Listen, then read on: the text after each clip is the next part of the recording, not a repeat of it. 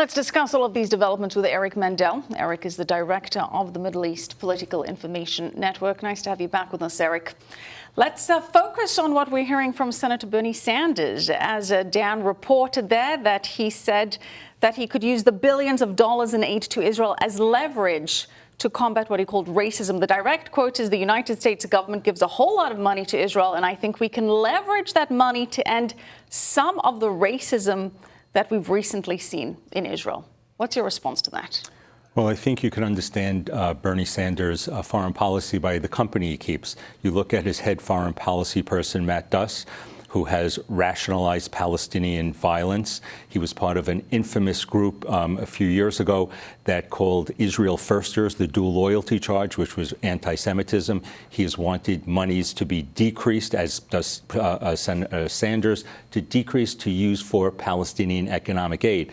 His campaign manager is somebody who fought as an activist. It was Faiz Shakir, and he fought very hard when he was part of the ACLU against anti-BDS legislation. So they are not even part of the mainstream because the Democratic House just came out overwhelmingly against BDS. And so Senator Sanders can't really hide behind being Jewish.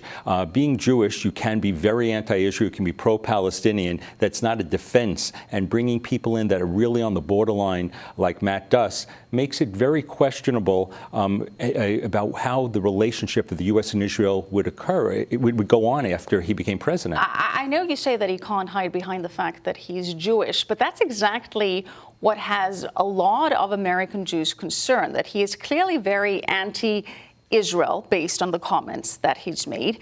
And yet, because he has Jewish heritage, he would be immune from accusations that his anti-Zionism is anti-Semitism.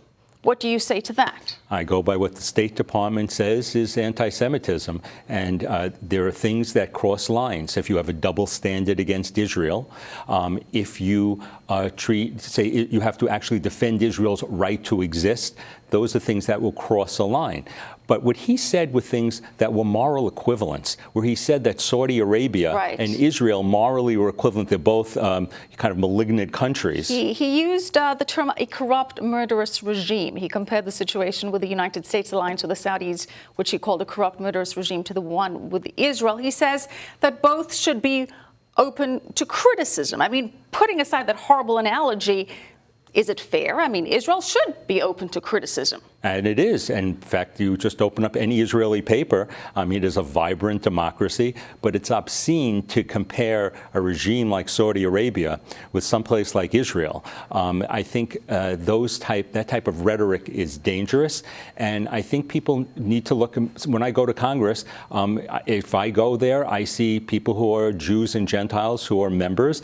And I look at them. Are they somebody who's sympathetic to the U.S.-Israel relationship or not? And by the way, I think Senator Sanders needs to get a little course in realizing how much intelligence we receive from Israel, how many American lives have been saved.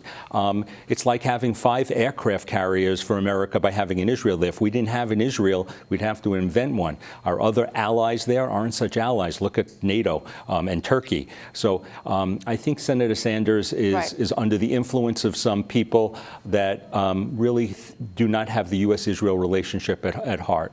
Yeah, and well, the case has always been made that Israel is vital to the U.S.'s security, not just in the Middle East, but everywhere in the world, that it's a very symbiotic partnership. Eric, thank you so much, as always. Eric Mandel.